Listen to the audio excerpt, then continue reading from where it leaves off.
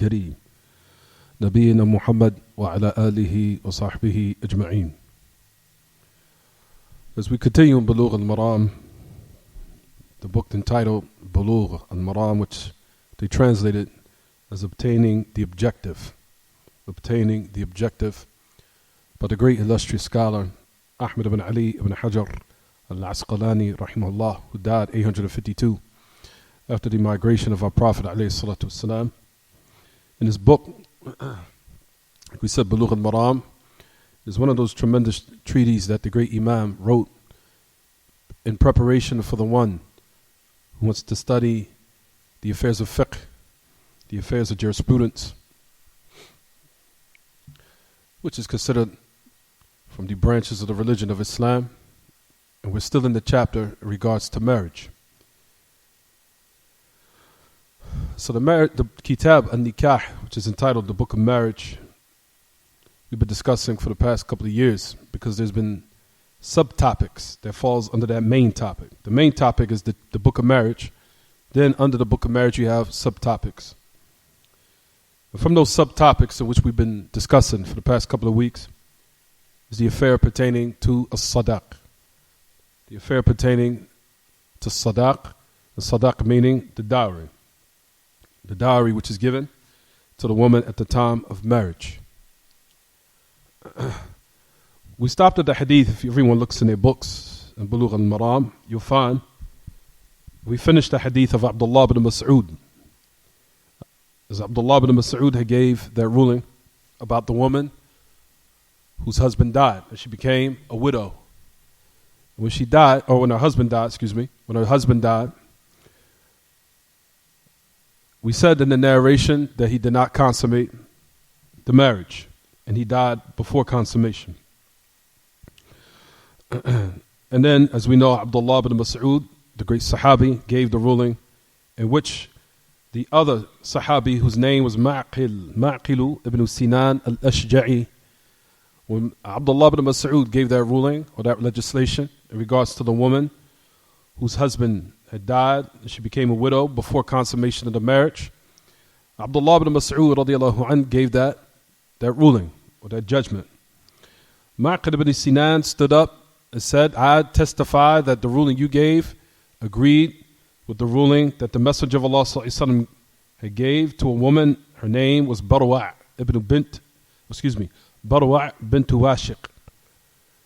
There was a woman named Barwa', the daughter of Washiq, that the Messenger of Allah gave a ruling similar to what you gave, O Abdullah ibn Mas'ud. Until, as it says in the end of the narration, that Abdullah ibn Mas'ud became very happy.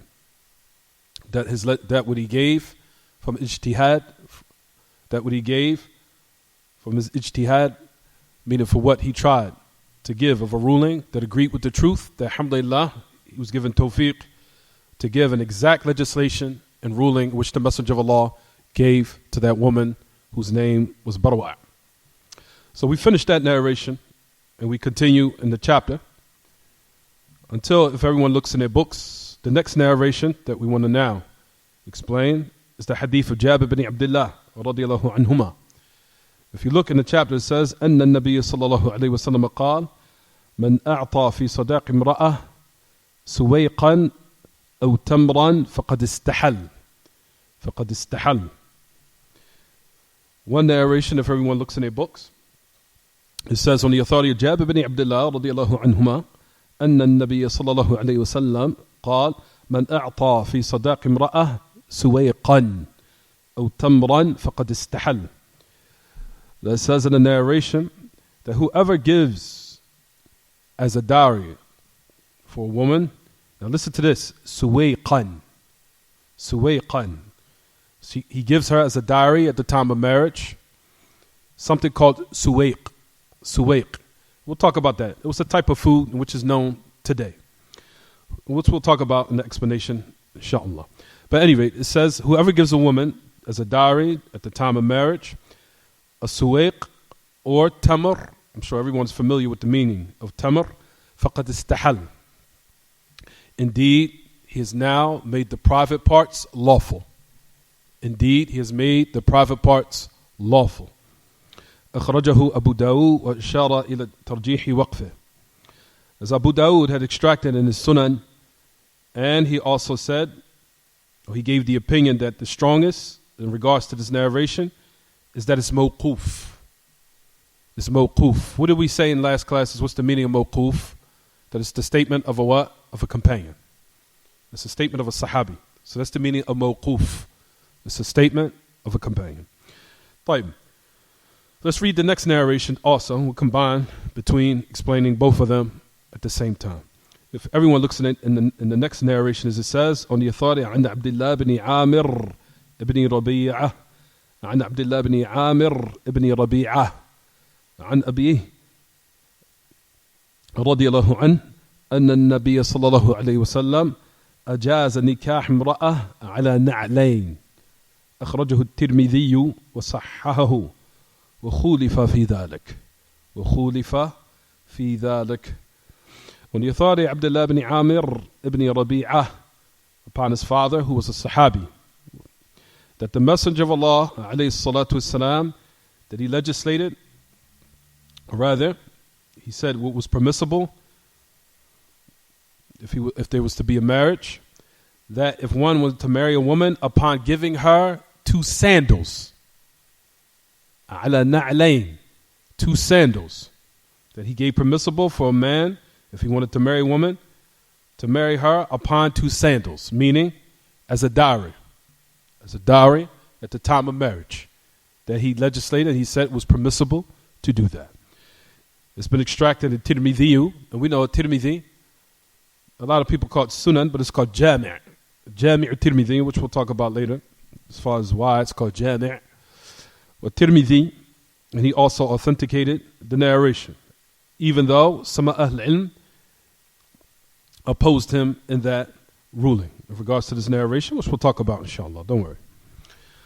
طيب. The new narration, if everyone would return back to the narration of Jabir ibn Abdullah radiyallahu anh, it says here that the Messenger of Allah that he gave, that the Messenger of Allah said, whoever gives as a dowry for a woman, suwaiq, and that's what we're going to talk about now. This narration specifically, brothers and sisters, everyone needs to be attentive of how the Messenger of Allah facilitated and made marriage easy. He made it easy. He didn't make it something difficult for the people, due to the fact that the whole goal of Islam is to what?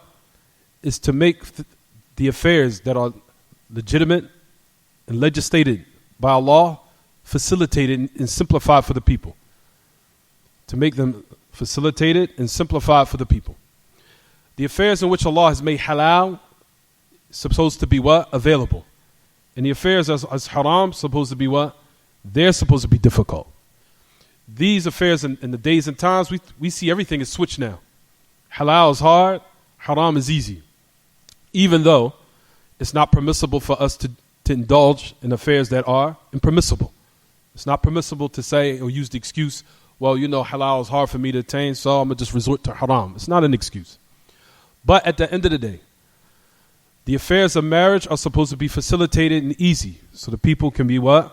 So they can maintain their chastity and maintain their uprightness with Allah without falling into something that will anger Allah, such as fornication and adultery and the likes of that.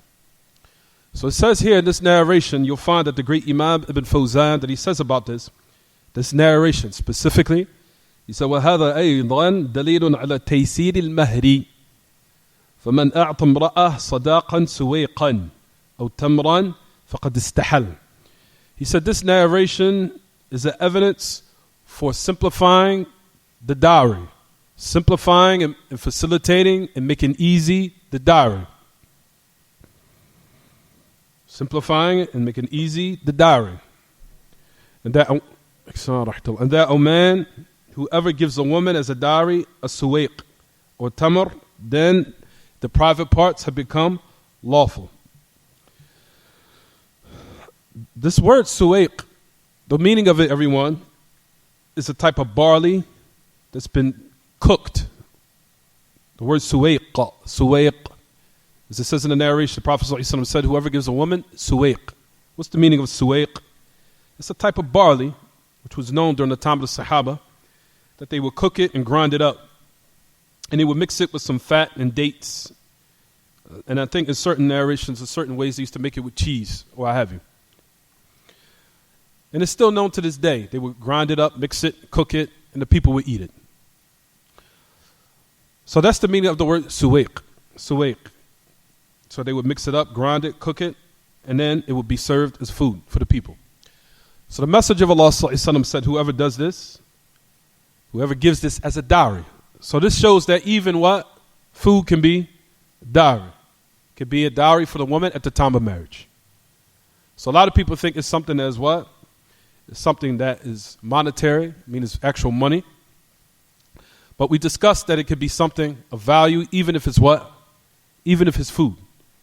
To the point where it says in the narration that the Messenger of Allah said clearly, whoever gives at the time of marriage for a woman, suwaiq, food, which is this type of barley that's grinded up, and at the time of marriage is given, it could be utilized in order to what? Validate a marriage. Is it clear, everyone? طيب.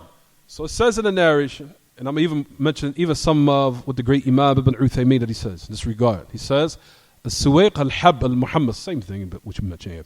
He said that the meaning of the suwaiq, he said it was type of barley that was toasted. It was toasted, it was grinded up, then it was kind of separated, and the people used to eat it. And as far as the word tamr, I'm sure everyone is familiar with the word tamr. I think that's self-explanatory. As we know, the word tamr means dates. Tamr. Excuse me.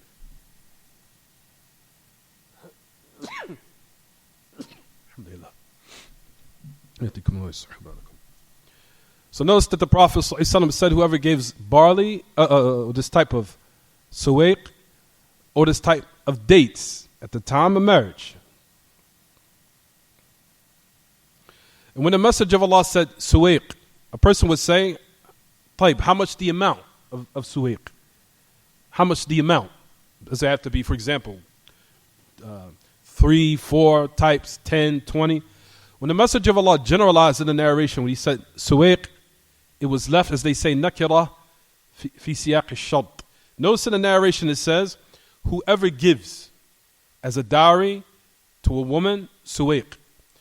This type of context here specifically is called nakira fi siyaq al-shart. It's indefinite in the context, or a context, or as they say, conditional clause in English. It's indefinite in a sentence that's considered what they say a conditional clause or conditional sentence. When you see this type of indefinite, or if you want to say this word suwaiq, which the Messenger of Allah mentioned in this manner, which is indefinite, meaning it's general. It can mean any type or any amount, whether it be 1, 2, 3, 4, whatever the man was to give. So it's not restricted to what? A specific number. So due to the fact that the Messenger of Allah put it in this context, is generalized for what? Any number. If he gave a woman 1, that would suffice. That would suffice. 2 also could suffice. It's general. For anyone, it's not restricted to what? A specific amount. Is it clear, everyone? Jayyid. So even if it's a lot or if it's a little, the Messenger of Allah said, if it's given during the time of marriage, then what? Then it will make the private parts lawful for one another, and like we said, the marriage is valid. Notice it says in the narration that it was extracted by Abu Dawood in his Sunan. It was extracted by Abu Dawood in his Sunan. And he said to the point where he said what was the strongest opinion is that it's mawquf. What is mawquf? What did we say last class, everyone? Mawquf, or even a couple of minutes ago. Mawquf is a statement of what? Of a companion.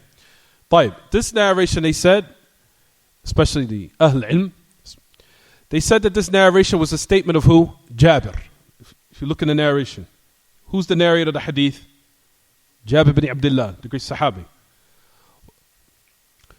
So, the meaning of mawquf, as we know, is when the chain of the narration stops at the companion, or it has been what? Deferred to a companion. Meaning the companion was the one that made the statement. We made the statement. Or made this narration, excuse me. طيب. In certain cases, as we know, if a Sahabi makes a certain statement, it could be from his own ijtihad in certain cases. Some of them can even take the ruling of a narration of the Prophet ﷺ, especially in those affairs that's regarded to something halal or haram, or affairs that's pertaining to the unseen. Because those affairs, like we said, is not permissible for anyone to speak about them from their own opinion at all. Especially the affairs of the unseen, or affairs pertaining to Allah, or affairs pertaining to the angels, or the shayateen, or the unseen, or the jinn, or the affairs of the hellfire, or the affairs of the paradise, or the affairs of what's going to take place on the day of resurrection, or the affairs that's going to take place in the grave and the afterlife when one is dead, to the end of it. You'll never find that the Sahaba ever spoke about those affairs from their own ijtihad, from their own self, of what they would think would be the correct ruling. You will never find that they will ever speak about these affairs from their own opinion at all, because it's not permissible. Because those affairs are the most sacred of matters. And there's no way that anyone, especially the Sahaba, will speak about those matters from themselves at all. Due to the fact that those matters, they need clear proof and clear-cut evidence from Kitab and Sunnah for them to speak about it. So if you see that a Sahabi spoke about these affairs pertaining to the belief system, or the Aqidah, or the affairs of the hereafter, or the characteristics of Allah, or if anything pertaining to the Arsh, or the Malaika, or the angels, or what have you, those narrations, even though it's a statement of a Sahabi, if the chain is authentic, it would take the ruling of a hadith. Why? Because that Sahabi that spoke about the affairs of the unseen attained that understanding directly from the message of Allah, because none of the Sahaba, and all of them unanimously, never spoke about the affairs of the unseen from their own opinion. And they knew that it was not permissible for them to speak about these affairs from their own opinion. Is it clear what I'm saying? So, those narrations take the ruling of what? Hadith. However, in certain affairs of fiqh, you'll find that they will sometimes make their own ijtihad. In certain affairs of fiqh.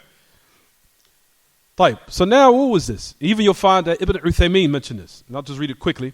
He said the meaning of mawquf, because if you look in your book, it says that Abu Dawood extracted it in his Sunan.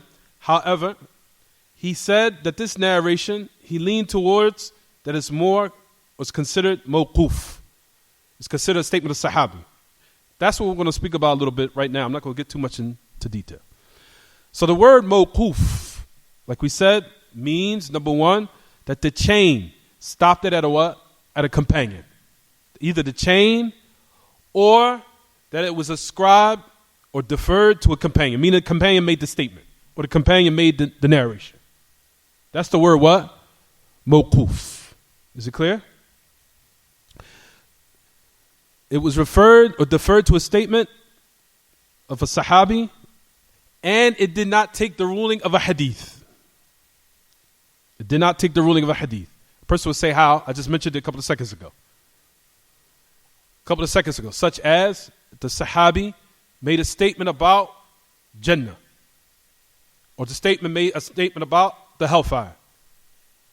If a Sahabi spoke about those affairs, it takes a ruling of what? Of a hadith. Because the Sahaba never talked about these affairs of the unseen from their own opinion. And they knew it wasn't permissible. Is it clear? Those narrations, when you see even in tafsir, a person will read tafsir in the book of Ibn Kathir and other than that. They flip the pages, they see a statement of a Sahabi about a particular ayah, and it's pertaining to the affairs of the unseen. The person will say, oh, that's only a statement of Sahabi. That's not a statement of the Prophet ﷺ. You have to be careful, because like we said, if that chain is authentic and that Sahabi is talking about affairs of the unseen, it takes a ruling of what? Of a hadith.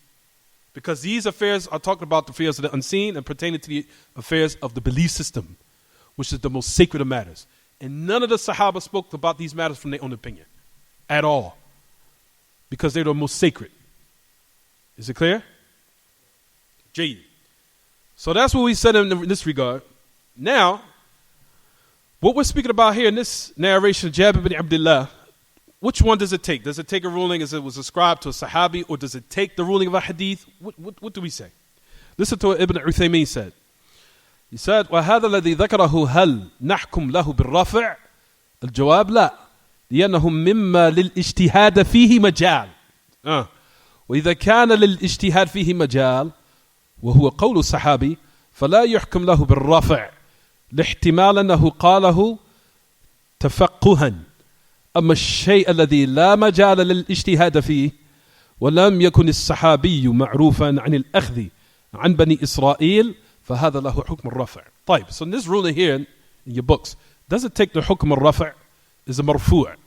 The word marfu' in regards to what we're discussing now, we're not talking about lugha, or the Arabic language. We're talking about hadith. We say mawquf is a statement of what? Sahabi. What is the meaning of marfu'? Marfu' is a statement of the Prophet ﷺ, or the hukm of the Prophet ﷺ, or the ruling or the legislation of the Prophet ﷺ. If you hear the word marfu', mawquf is a statement of what? Sahabi, companion, or from his own ijtihad, and it didn't take the ruling of a hadith. What is maqtu'? Maqtu' is a statement of a tabi'i. Statement of a what? A tabi'i. Tabi'i. Type. So you have tabi'i, statement of a statement of a tabi'i is called maqtu'. The statement of a sahabi is called mawquf. And the statement of the Prophet ﷺ is called marfu'. Marfu'. Type. So what do we say here about this narration? Type.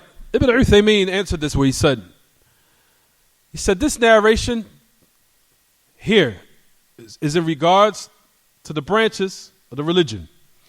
He said these are from these affairs in which it's permissible for one to make their own ijtihad from those who are qualified, people from Ahl Ilm, and we know the Sahaba were at the top of the list of those who are what? Considered qualified people to give religious verdicts.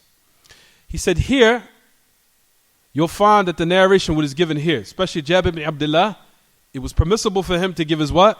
Ijtihad. He said, مَمِّمَّا لِلْإِجْتِهَادَ فِيهِ مَجَالٍ, where a person could give them ijtihad because it's not pertaining to the affairs of what? Of the unseen or those vital matters which is pertaining to the foundations of the religion. He said, وَإِذَا كَانَ لِلْإِجْتِهَادِ فِيهِ مَجَالٍ وَهُوَ قَوْلُ الصَّحَابِ فَلَا يُحْكَمْ لَهُ بِالرَّفْعِ. If it's from those affairs in which one could give their ruling, those qualified people who truly had good actual qualifications, for them to speak about those matters from their own ijtihad, meaning of what they could give, of what they see is close to the truth, especially the affairs of fiqh, and certain affairs of fiqh, of course, and it's a statement of a sahabi, then we know it does not take the ruling of a hadith here. He says, due to the fact that the probability that more than likely, of course, he said he might have said it tafaqquhan.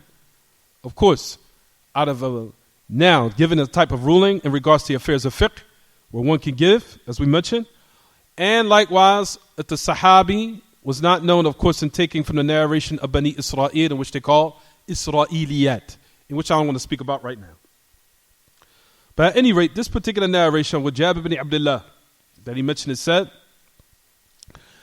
that even Sheikh Salih Fawzan said what the Sahabi mentioned, because I want to keep it summarized so I don't want to confuse everyone. Even though he mentioned this, and this is a statement of Sahabi, he said it's still correct. And it agrees with the Sunnah. Because the Messenger of Allah Sallallahu Alaihi Wasallam, there was narrations which we're going to speak about, where the dowry is considered something very easy and simplified, and it's not complicated for the people. And we're going to also give narrations where the Messenger of Allah did make permissible for one to give as a dowry for a woman food. Is it clear? So the ijtihad that the Sahabi gave was correct. And then we're going to mention that right now. So even Shaykh Salih Fawzan, he even said this clearly. He said that this is permissible for one to give, and which is facilitation and make an easy marriage for the people, in order for them to maintain their chastity and maintain their obedience with Allah and protect their private parts from falling into what? Disobedience and affairs that make Allah angry. So these affairs have been facilitated for the people.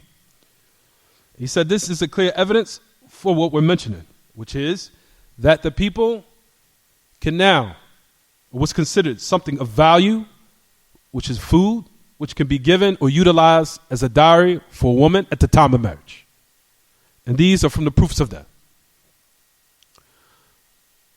So in this narration, يستفاد من هذا الحديث أو الأثر إن لم يصح فرفعه أن الصداق يصح بكل قليل وكثير. From this hadith, in which even from the A'imma, from Ibn Uthaymin that he mentions, says, this narration, even though we say it's not marfu', we say it's not been authenticated as it been ascribed to the Messenger of Allah directly, but the meaning is correct, even though it's a statement of a companion.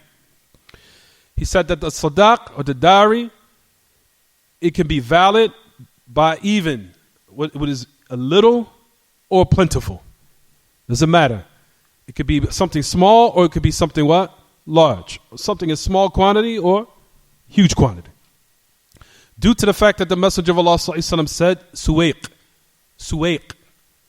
Suwaiq meaning that anything, or what could be given, whether it be one type of suwaiq, 2, 3, it doesn't matter. Even if it's one, it's still considered something that will validate a marriage. Is it clear, everyone? طيب. Also, what's extracted from this hadith is that the sadaq, the dowry, can be food. يصح بالطعام. يصح بالطعام. فلا يشترط أن يكون من النقدين الذهب والفضة كما يتوهم البعض. He says that it can be valid by food. And it's not a prerequisite that it has to be monetary from gold or silver, meaning of money. Due to the statement of what was mentioned here, that it was suwaiq or tamr. So it could be dates or it could be what? Suwaiq. Also from the benefits of this hadith, that a woman is not permissible, or the private parts do not become lawful except by dowry. So the dowry is what actually what?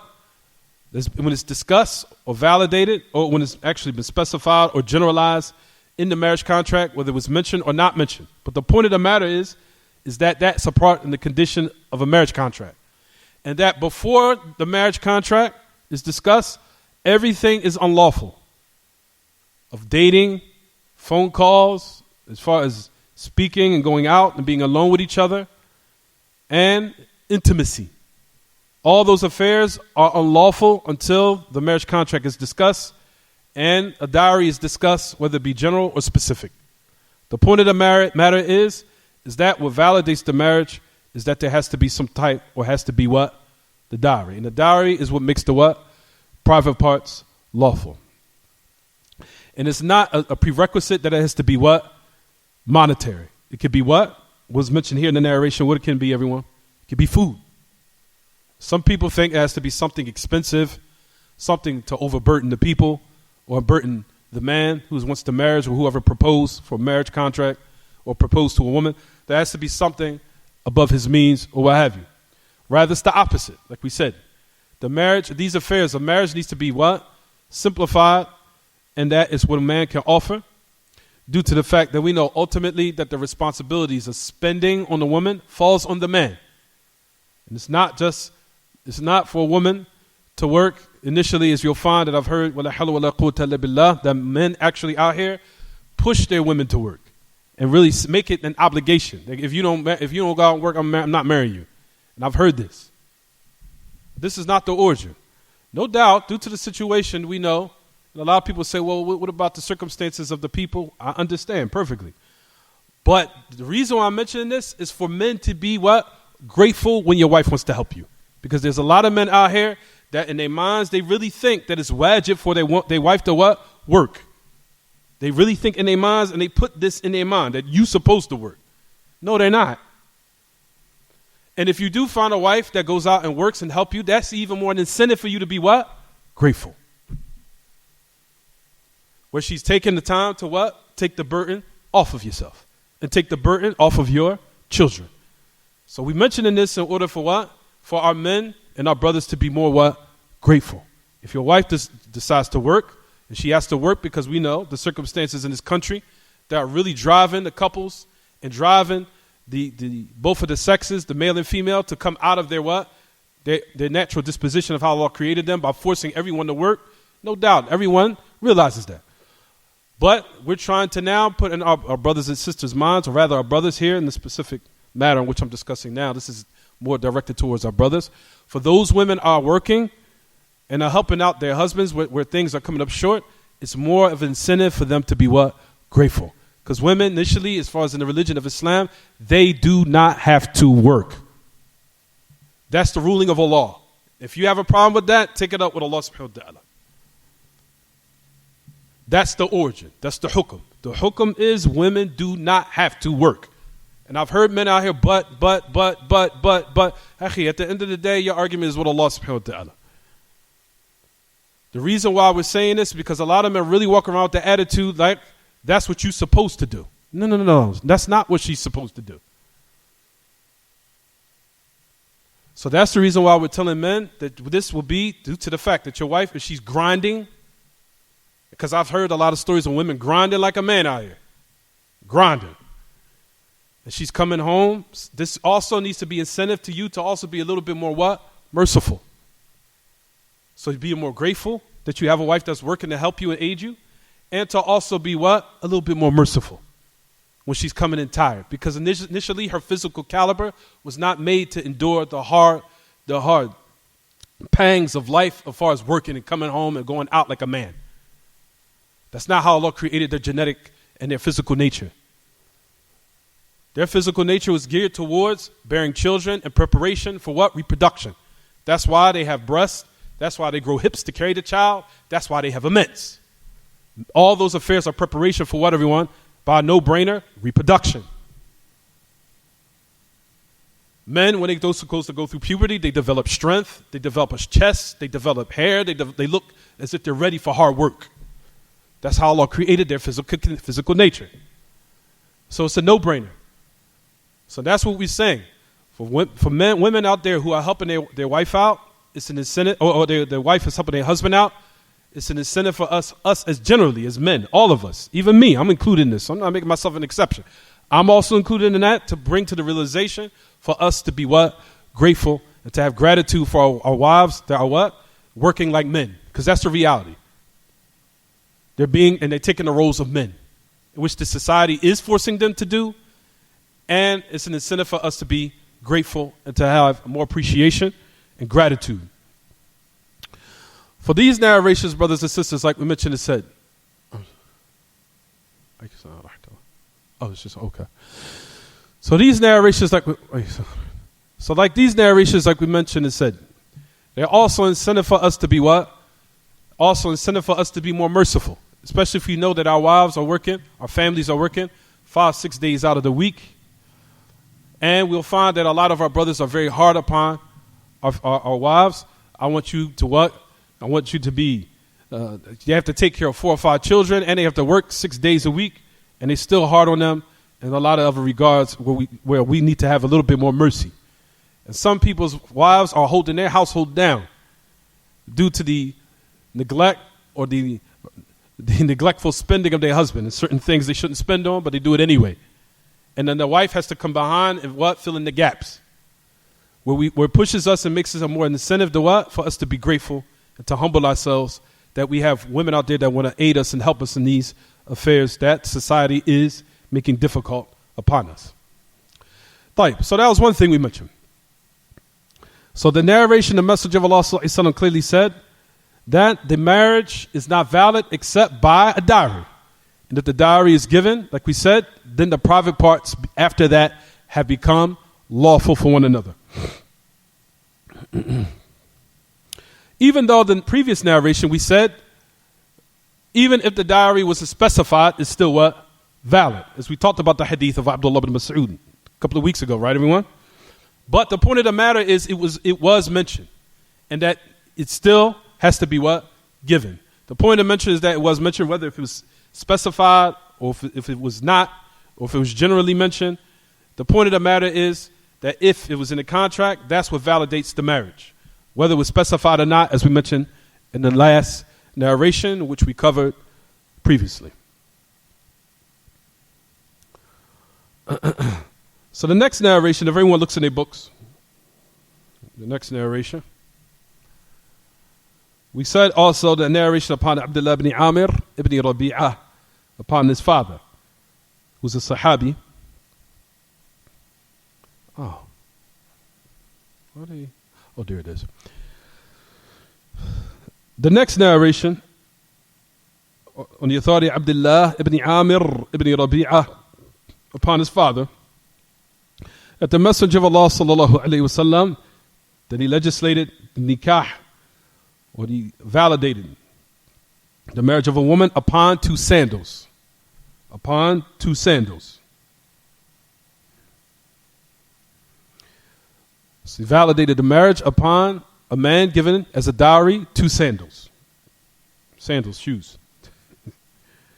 Fine. So this narration here of Abdullah ibn Amr ibn Rabi'ah, as the hadith of Abdullah ibn Amir was a what? Abdullah ibn Amir ibn Rabi'ah. Abdullah, if you look at the narration, Abdullah ibn Amir, he was a tabi'i. He wasn't a sahabi. He was narrating upon his father. As for his father, Amir ibn Rabi'ah, he was a sahabi. He was a companion. That he narrated upon the Prophet ﷺ, أنه زوج امرأة على نعلين, that the Messenger of Allah married a woman off to someone else upon two sandals. That the dowry that was given was what? نعلين, two sandals. هذا في دليل على تيسير المهر وأنه يصح بالنعلين. All these narrations is to show what, everyone? In order for marriage to be valid, it does not have to be something extravagant. It does not have to be something extravagant or above one's means. Rather, it can be something that's simplified and easy, facilitated for the people. So it says here, the Messenger of Allah married a woman off, and as a dowry was given what? Two sandals. Two sandals. When it says in the narration, ajaz, that the Messenger of Allah ajazahu, meaning hakama bi jawazih, meaning he gave a ruling of it being permissible. أي أجاز وكلاهما صحيح ونفذ وكلاهما صحيح لأنه جاز شرعا صار ناقدا وقوله على النعلين ها هنا أطلق النعلين ولكنهما لا بد أن يكونا معلومين عند الزوجين أما نحن فلا يهمنا أن يكون النعلان معلومتين أم لا المهم أن الرسول أجاز على النعلين. So here it says that the Messenger of Allah صلى الله عليه وسلم, that he said it was legislated of it being a ruling acceptable with a law, in which he said what was legislated to validate a marriage, and that the marriage is actually what? Carried out, meaning is validated, or is valid, that the Messenger of Allah did that upon two sandals. So however, he said, وَلَكِنَّهُمَا, some people say, they will say, for example, was there had to be two shoes that's known or whatever. Of course, if one is able, and I think that's not a burden or a hardship upon people of knowing what to buy or what type, it's as much as they want to, with descriptions. At the end of the day, the Messenger of Allah said it was what? Permissible. Notice it says in the narration, if you look at your books, what does it say, everyone? خُلِفَ فِي ذَلِكَ. خُلِفَ فِي ذَلِكَ. What does it say if you look at your books? That this narration here, that it was opposed. That meaning that certain people have rejected this narration. So what do we say here? We say here, meaning pertaining to the authenticity of it. However, the meaning is correct. The meaning is correct. وعلى كل سواء صح الحديث أم لم يصح فإن النعلين من الماء. He says the narration, whether we say it's authentic, or it's ascribed to the Messenger of Allah and it's been authenticated or not. Even Ibn Uthaymeen says the exact same thing. For verily we know two sandals is considered from one's wealth or money or what he spent out of his what? Wealth. And Allah subhanahu wa ta'ala generalized that in his ayah, in the verse in his book where he said that you seek by marriage your wealth. And we know purchasing 2 sandals is from one's what? From his wealth. So the meaning is correct due to the fact that it agrees with a ruling that's in the book of Allah. So the meaning of what was mentioned here is still correct, even though it has not been authenticated or ascribed to the Messenger of Allah sallallahu alaihi wasallam as being a hadith that is ascribed directly to him alayhi salatu wasalam.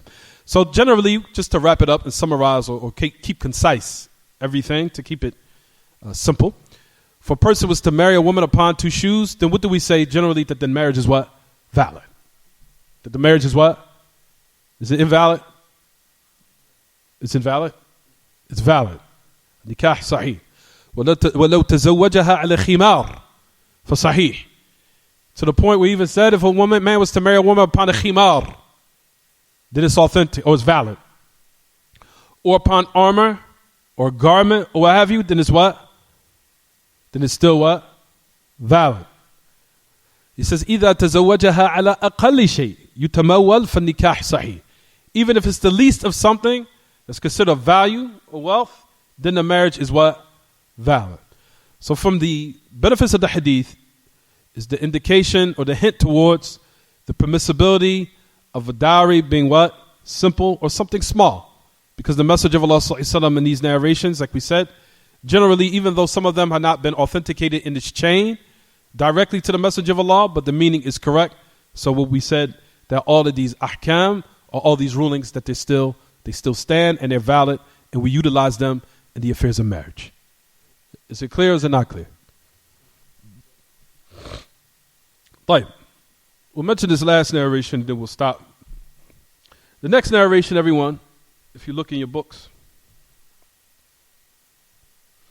on the authority Sahl ibn Sa'd al-Sa'idi, the great Sahabi, that he said, قال زوج النبي صلى الله عليه وسلم رجلا امرأة بخاتم من حديد أخرجه الحاكم هو طرف من الحديث الطويل المتقدم في أول النكاح. جيد. The narration on the authority of Sahl ibn Sa'd al-Sa'idi رضي الله عنه قال that the Messenger of Allah صلى الله عليه وسلم that he married a man off to a woman. He married a man off to a woman بخاتم من حديد. بخاتم من حديد. He says from a ring of iron. A ring of iron. A ring of iron. أخرجه الحاكم وهو طرف من الحديث. This is in the Sahih. This narration, this origin is in the Sahih. This is in Bukhari. طيب. So the Messenger of Allah, there was a man that in actuality, this narration we already discussed. I discussed this with the sisters maybe about a year ago, a year and a half ago, about the woman who offered herself to the Messenger of Allah for marriage. She came to him and offered herself to marriage. What they call the hadith of the al-wahiba nafsaha lin-nabi sallallahu alaihi wasallam. طيب. If you look to this narration, it says what? That he married her off by a ring of iron. But in actuality, for those who know the hadith and the narration, if you look, as it says, Al-Hafid bin Hajar said, that this narration here is just a part of a long hadith which was already mentioned in the first part of this chapter of marriage. That hadith was pertaining to what? The woman who came to the Messenger of Allah, offered herself in marriage to him specifically. And it says at the end of the narration that the Messenger of Allah sallallahu alaihi wasallam, of course, did not want to marry her, and that there was another Sahabi who stepped and proposed to marriage, and asked the Messenger of Allah if he could marry her.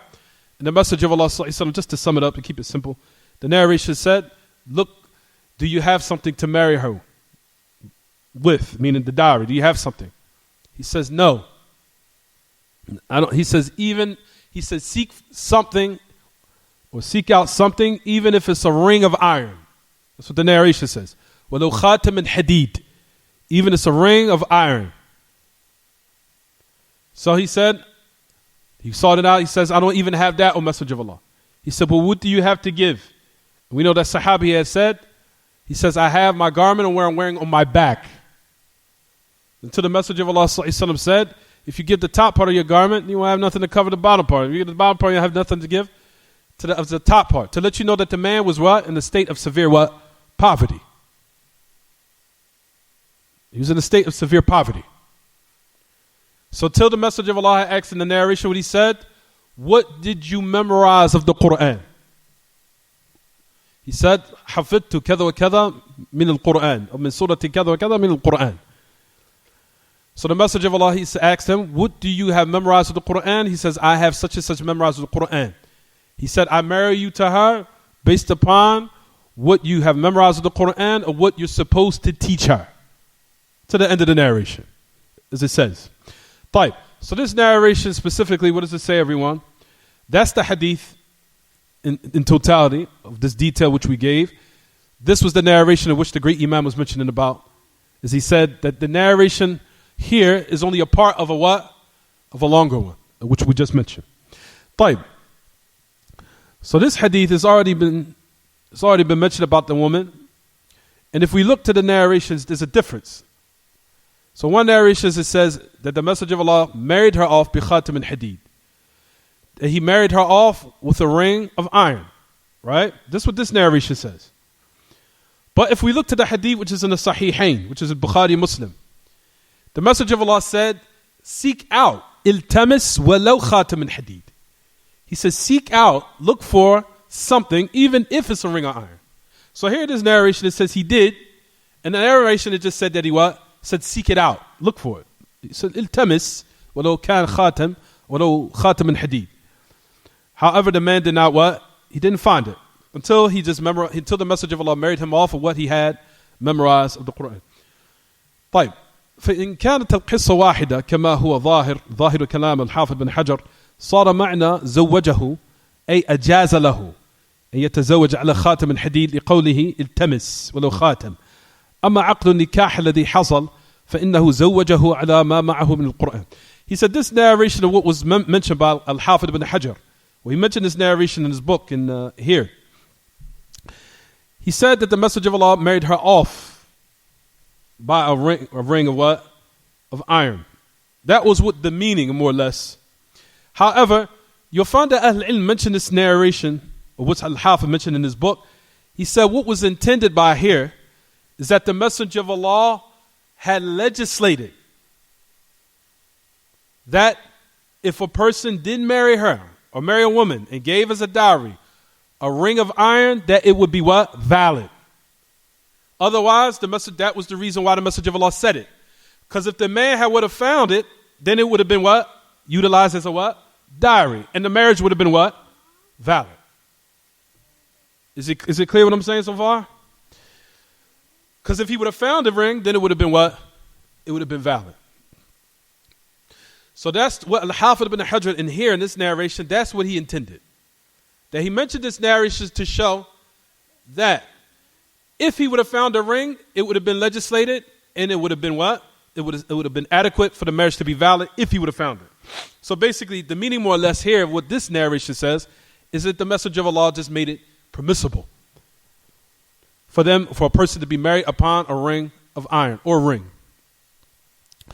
A person would say, is it permissible now? Is this following the ways of the kuffar? If it's intended by it, and what the kuffar, a lot of them, what is intended, what they marry off each other by the bond. The marriage is maintained as long as the ring stays on the finger of the spouse. If this is the belief, then this is what's impermissible. This is what's impermissible. And exchanging the rings in which how the kuffar do it with this type of intent of its meaning, this is what's impermissible. And we know that their meaning, some of them, they say, due to the fact that if the marriage ring is removed from the finger, then our bonds now are what? Removed, or the bonds of the marriage have been weakened, or it's been rendered invalid, or to the point where now our relationship is going to go left or sour to the end of it. If that's the belief, then it's not permissible. And to exchange rings, to exchange them. But if you just bought a ring as a gift for the dowry, it's nothing wrong with that. Just to give a ring as a dowry for a woman as a gift, in its origin, there's nothing wrong with that. It's not how the kuffar do it at the time of the marriage where they're exchanging and they're putting the rings on each other's finger, and that they say that as long as the ring is worn upon the finger, then our bonds will always stay what? Strong. this is what's impermissible. And this is also a form of polytheism, if you're not careful, especially if it's pertaining to the affairs of some unseen power that gives your relationship strength or what have you. Is it clear what I'm saying, everyone? However, if a man just said, listen, out of good kindness, because I've heard people, even though some women out there probably would laugh if I say Sephora or whatever, you went there and bought a bracelet or bought a ring from Sephora's. A lot of women don't, these days, I don't know, whatever it is, go down there and they buy a ring or a bracelet or necklace as a dowry. There's nothing wrong with that in its origin. As long as the belief behind it or the conviction behind it is not something polytheistic or something pertaining to the affairs of the unseen, where it gives some unseen power. Whereas if you wear it or if you remove it, there's something either good is going to happen or something bad is going to happen. Is it clear or is it not clear, everyone? Is it clear? Jay. طيب. So that's the reason why we said, due to the fact a person would say, well, what's your dalil? The dalil is here. It says that the Messenger of Allah had made it permissible for what? For the woman to marry a woman by what?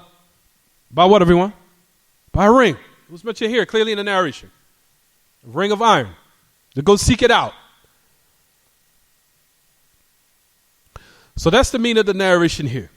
And we know that narration, which is in Bukhari, that the message on Sahihain, Bukhari, Muslim, that when the Messenger of Allah said to seek out a ring, he said he didn't find it. He didn't find it. Well, first, before that, the woman who offered herself to marry the Messenger of Allah sallallahu, we know that was from his khasa'is, so we'll talk about that later in a little bit more detail, because I don't want nobody in here, especially no brothers or any women, to think it's permissible. You see a brother in the street, and for you to walk up to him and say, listen, I want to marry you. You understand? This narration specifically of the woman offering or donating herself to offer the message of Allah was from his khasa'is. And I'll talk about that later. It was from his specific characteristics that he was given only. But hence, in these days and times, if a woman was to now approach a man, and especially in these days and times, especially men who have been nurtured properly with manners and honor, respect, and nobility and honorable character, will find that a little bit strange for a woman just to walk up to them and say, listen, brother, I want to marry you. And say it directly. And we know that that person or that woman more than likely has not been what? Nurtured properly, with proper etiquette, to go about these affairs and conducting them properly. Is it clear, everyone? So we'll stop the class here.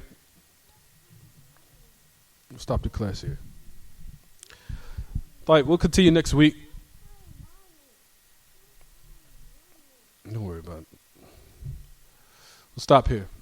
Any questions about the lesson?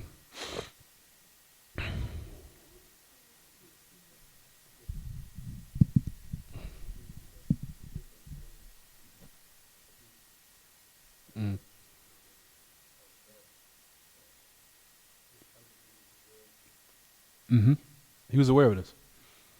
Al-Hafidh ibn Hajar was aware of these narrations being weak. But he put them in a chapter because he knows that even though they weren't weak, how can I say? Let me explain. Let me retract that. Some of them weren't weak as far as it being a hadith. Because you'll find that some Ahl-Ilm say there was a statement of what? Sahabi. Well, Hafidh ibn Hajar, with the methodology that he took in Buloogh Al-Maraam, what he did was, from his methodology, he would mention, if you look in the beginning part of the chapter, he would lay down the foundation. He laid down the foundation generally of everything pertaining to Kitab and Sunnah.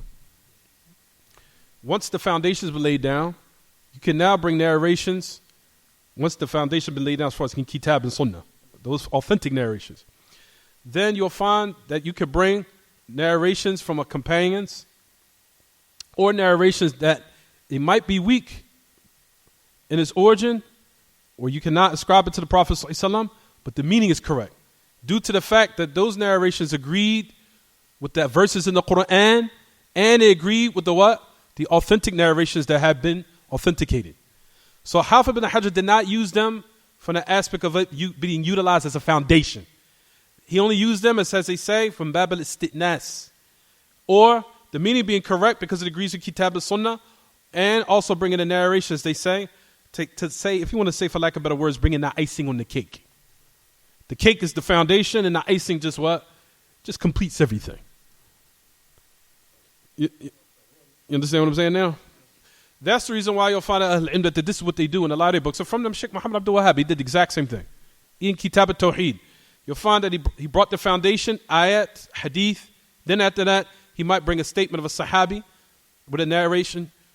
Or he might bring a statement from the sunnah that the narration, that the chain is weak, but the meaning is correct because it agrees with those foundations that were laid down in Kitab al-Sunnah. So it's like bringing basically icing to be put on the what? On the cake. Understand, everyone? And you'll find that in a lot of books, because I've heard people ask me this. Well, I find in this book of Aqidah, such and such, and then there's weak narrations in it. Same methodology. Same thing. Kitab, Sunnah, bring a statement of Sahabi. The foundation's already been laid down. Then they'll bring a narration that has some weakness in it, or a statement of a Sahabi in order just to complement what has already been laid down of the foundation. And that's it. But you'll never find that they utilize this as a what? Foundation at all. The weak narrations or a statement of Sahabi. They always look for something to come in Kitab and Sunnah first, then those narrations are mentioned. Complementary to what? The authentic ones. Is it clear?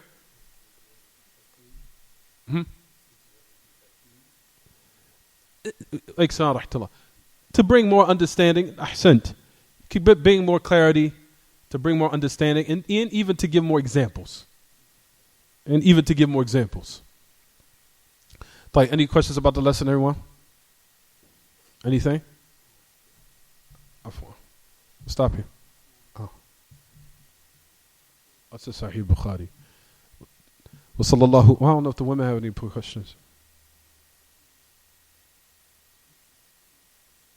Yeah, they need. No, I'm talking about the sisters today.